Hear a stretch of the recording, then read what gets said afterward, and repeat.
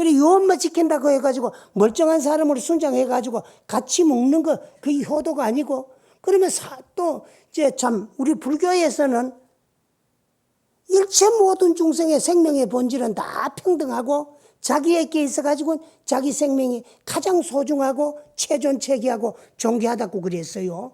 근데 한자 사람이 되어가지고 신분이 좀 틀리고 또 이제 참 경제 사정이 좀 틀리고 권력이 있고 없고가 틀린다고 해가지고 우리 이러면 살았을 적에는 업에 따라서 틀립니다. 지어온 우리 업 때문에 복을 지은 사람은 돈 많게 잘 살면서 행복한 사람도 있고 복을 못 지었으면은 또 이제 가난하게 일생을 사는 사람도 있고 또 뭐 이제 글복을 타고 났으면은 많이 배아가 유식하게 일생을 사는 사람도 있고 또 권력복을 지어왔으면은 권력을 누리고도 잘 사는 사람이 있어요. 그래서 우리가 우리 주위에 일어나고 있는 좋은 일이나 나쁜 일이나 기쁜 일이나 슬픈 일이나 모든 일이 누가 주어서 받는 것이 하나도 없어요. 주는 것도 없고 내가 받는 것도 없어요. 내 인생은 누가 주어서 내가 받은 건 절대 아니고 다 내가 지어와가지고 내가 받는 나의 본업에 의해서 부귀빈천과 희배력이 좌우된다는 거예요. 내가 수십 번 이야기하지만 오늘의 우리 인생은 부모 미생전이 전생이에요. 전전에 또 내 생이 있었다. 전생이 나의 전생이 있었다는 거야. 그런데 그때 일으켰던 좋고 나쁜 생각의 그림자 그것이 오늘의 내 인생이고 그 생각을 마음속으로 결정해가지고 행동에 옮겨서 실천해가지고 지어놓는 업의 모습이 오늘의 내 인생이야. 그래 우리 불교를 알고 보면 오늘의 내 인생은 누가 준 거 내가 받은 것도 아니고 내가 다 지어가 내가 받는 인생이기 때문에 내 인생은 창조주는 납니다. 나 아닌 어느 누구도 내 인생의 창조주가 될 수 없어요. 다 내가 만들어 왔어요.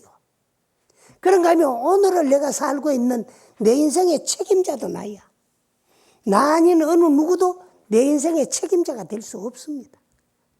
그런가 하면 오늘 우리가 살아나가는 가운데 미래 내 생은 만들어지고 창조되고 있는 과정이야. 그렇기 때문에 어떻게 미래를 아름답고 훌륭하게 창조를 해야 되느냐. 또 어떻게 하면 안 되느냐. 올바른 인생을 살아나가기 위해서 인생의 길을 배우고 공부하는 것이 여기 이제 참 불교 배우고 공부하고 법문 듣는 거야. 그러면 또 내 것으로 만들어가지고 나쁜 갈래에 떨어져가 괴롭고 고통받을 죄는 안 지으려고 노력하면 되고 또 좋은 곳에 태어나가지고 행복하게 잘 살기를 위해서 좋은 복을 지으려고 노력하고 그러면서 이 마음을 고요히 맑혀가면서 닦아나가가지고 성불하자는 게 여기 불교입니다. 그래서 항상 우리는 1인 3역을 하고 있어. 내 인생의 창조주도 나인가 동시에 오늘의 내 인생의 책임자도 나고 또 미래생의 구세주도 나야. 나 아닌 어느 누구도 미래 내 생의 구세주가 될 수 없고 오직 나 1인만이 내 영혼을 맑히고 제도할 수 있고 미래 내 생을 아름답게 창조할 수도 있고 내 영혼을 구제할 수도 있고 나 아닌 어느 누구도 안 돼요. 오직 그러면 내가 내 영혼을 구제하고 제도하고 맑히기 위해서 그 방법을 배우는 것이 불교 공부하고 법문 듣는 거예요. 그런 위대한 나를 가소평가해가지고 어느 절대자나 신에 의해서 창조된 피조물인 줄 알고 질질 끌리댕기며 못난 인생을 사는 사람들이 불자 이외에 불교를 모르는 종교인들이라면 우리는 내가 그만큼 소중하고 귀해요. 내 생명이 그만큼 소중하고 귀하면 일체 모든 중생이라고 그러니까 중생의 한계를 어디에 두느냐 그러면은 항상 내가 하는 얘기지만 육체 몸뚱아리는 있는데 영체가 없으면 그거는 송장이야. 목석, 돌덩어리와 나무 둥치가 같아요. 근데 영체는 있는데 육체가 없으면 그게 뭐 다름 아닌 귀신이야. 우리가 살았다고 하는 거는 4대 물질적인 요소인 이 육체 몸뚱아리하고 또 이제 참 정신적인 요소, 이 마음이 동시에 공존함으로써 우리는 살아있는 거야. 그리고 살았다는 거는 영육이 물질과 내 마음이 동시에 공존함으로써 살아있는 것이고, 죽는다고 하는 것은 영육이 여이는 순간, 물질적인 육체에서 정신적인 영체가 떠나가는 순간, 여기 이제 육체의 생명은 끝나요. 그러면 영체가 떠나간 육체는 송장밖에 안 되고, 육체를 이탈한 영체는 귀신이야. 그걸 영혼이라고 돼요. 그런데 그 육체 없이는 얼마를 머무르느냐? 그것도 소중해요. 극선자는 지광극락하고 극악자는 지광지옥을 해요. 극히 어질고 선하고 착한 사람은 숨 뚝 떨어졌는데 눈 뚝 떠보면 막 극락세계 연태 중이야. 또 일생에 좋은 일을 한 번도 안 해보고 극악무도하게 엄마 짓고 산 사람들은 극이 들어가요. 극악. 극히 악한 사람 말이야. 무도한 사람은 숨 뚝 떨어졌는데 눈 뚝 떠보면 84,000 지옥이야. 지옥도 하나가 아닙니다. 우리 불교에는 84,000 지옥이야. 천상세계도 하나가 아니야. 크게 요약을 하면 욕계, 색계, 무색계지만은 작게 세분을 하면 욕계에는 6,000, 색계에는 18,000, 무색계에는 4,000, 그 3계에 28,000, 또 인간 세상 이 지구를 합해가 29개 천이 있어요. 그리고 왜 그렇게 많으냐?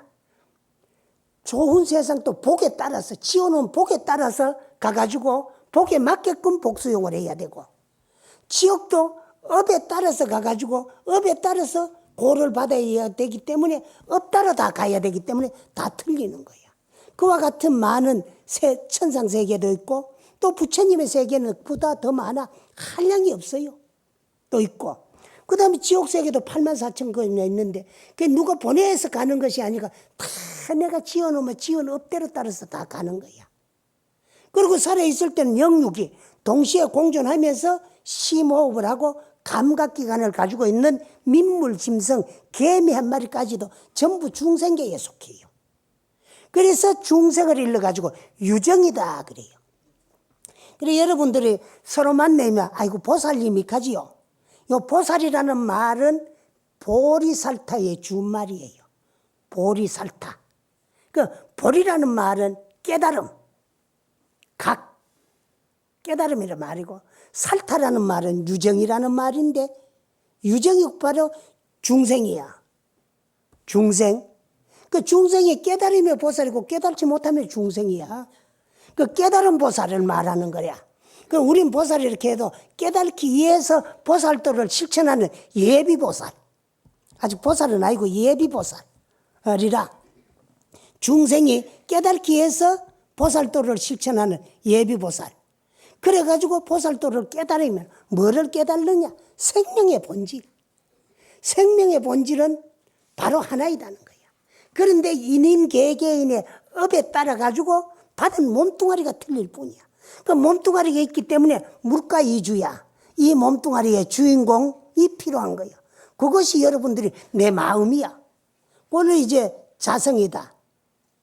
스스로 나의 성품이다. 그 말이야. 이 성품. 그래서 불교를 배우고 공부하는 건 개별적인 성품을 깨달아가지고 생명의 본질인 총괄적인 법신의 하나가 되잖아. 그 이상 뛰어도 아니에요. 그 법신은 뭐냐? 우주 법계에 존재하는 모든 생명의 본질, 그 생명의 본질은 하나야. 하나인 생명의 본질에 개합해가지고 그걸 바로 알아서 바로 깨달아서 하나가 되자는 거예요.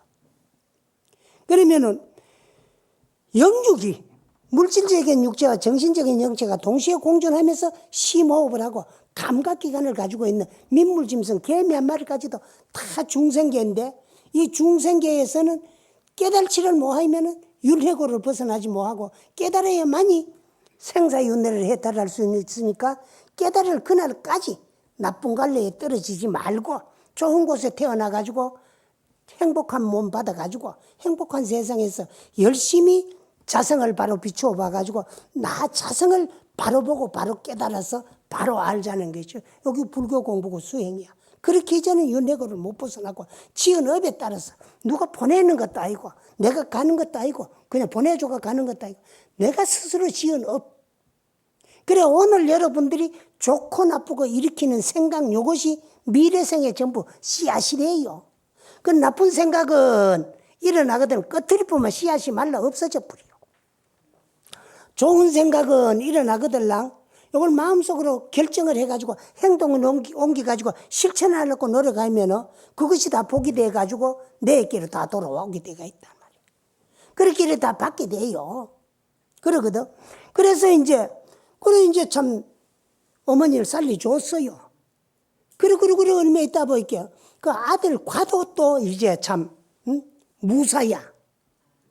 그래서 이제 참 군대 생활을 요즘으로 말하면 하고 있는데 갑자기 나라 진짜를 가진 진나라의 두희 군대가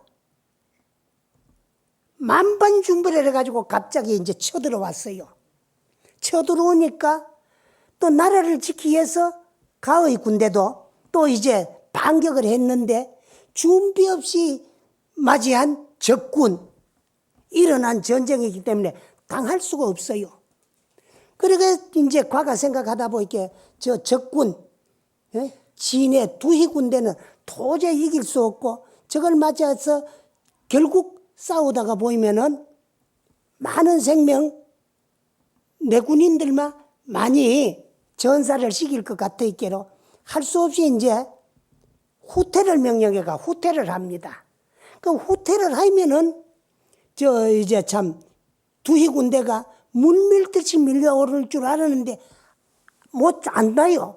이 어찌 일인가 싶어가지고 뒤를 돌아보니까 왜 노인이 하나가 두희 군대 앞을 이리저리 날아다니다시피 쫓아다니면서 풀을 막 엮고 있어요.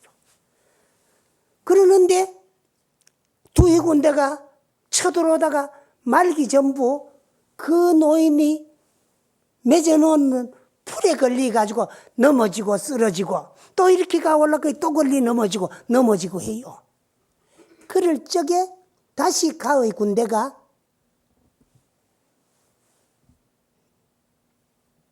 정비를 해가지고 이제 참 반격을 했어요. 해가지고 승전을 하고 두희를 사로잡았어요. 그렇게 된 평전이 된 어느 날 잠을 잠에서 꿈을 꿨는데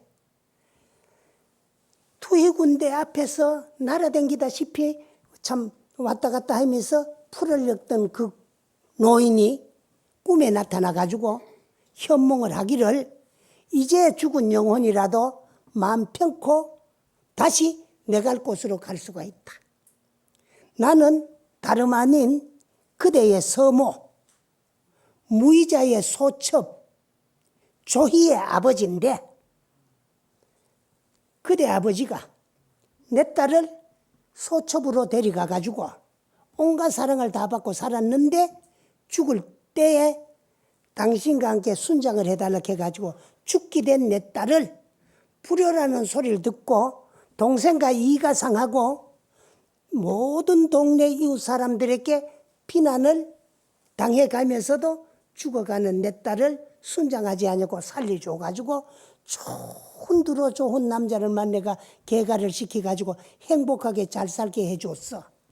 그래 어떻게 하면은 죽어가는 내 딸을 살려준 은혜에 감사 보답을 해야 될까 싶어서 그 은혜를 보답하지 못해가지고 내 영혼이 갈 곳을 못 가고 중류에 떠돌았는데 그래서 은혜 갚을 기회만 살피고 있다가 여행이 두희 군대가 쳐들어올 적에 당할 수가 없어 후퇴를 할 적에 내가 풀을 엮어가지고 두희 군대에 장애물을 만들어가지고 내가 엮어놓는 풀에 말기 발이 걸려가지고 말이 넘어지니까 두희 장졸들도 다 쓰러지고 넘어지는 그 기회를 포착해가지고 반격을 해가지고 승전을 하고 두희를 생체로 이제 생포를 해가지고 이제 참 전쟁을 이기게 됐으니까 내 딸 살려준 은혜에 이제서 참 보답하고 은혜를 갚았으니까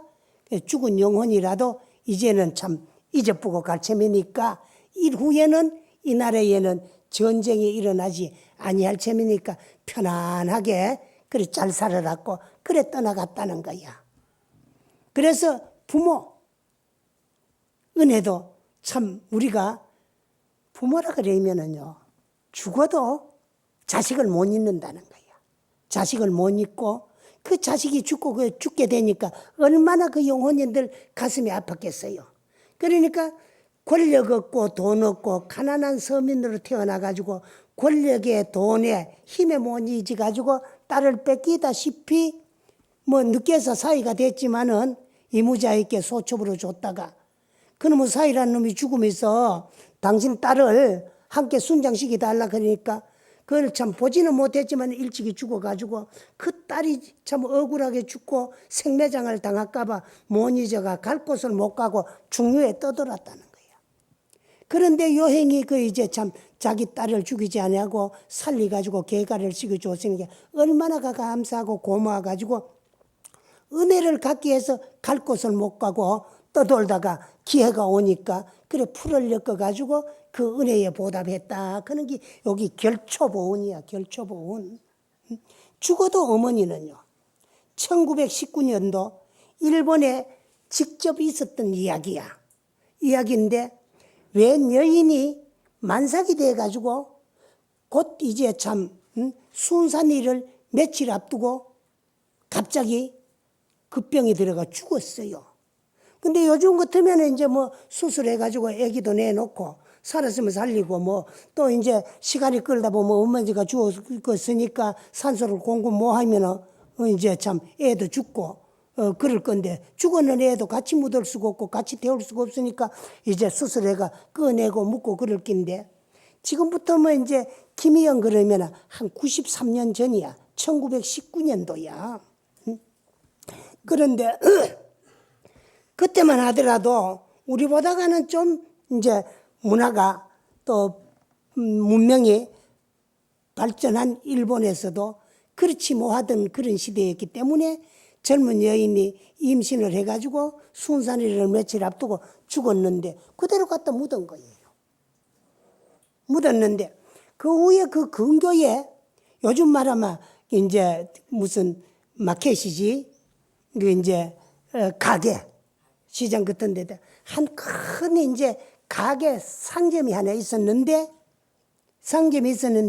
저녁에 계산을 하려고 금고를 열어보면은 금고 안에 돈은 하루 종일 팔았는 데에서 몇 푼어치가 모자랐는데 돈은 축나고 모자라고 가랑잎이 하나씩 들어가 있어요.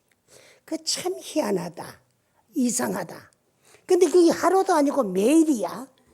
그래서 주인이 이상하게 생각하고 이제 매일같이 오는 사람을 살펴보니까 하루도 안 걸리고 오는 사람이 매일 저녁답이면은 6살 오는 소복한 여인.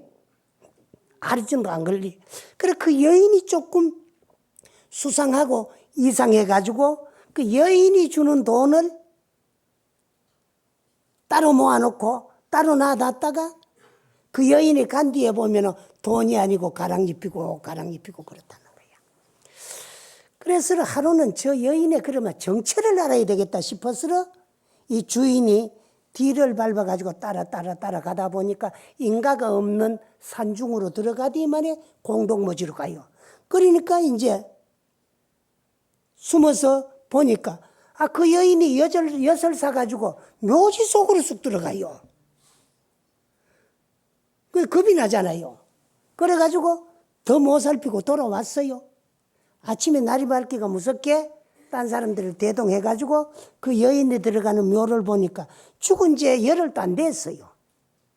묘 썼는 그 묘표 비석을 보니까.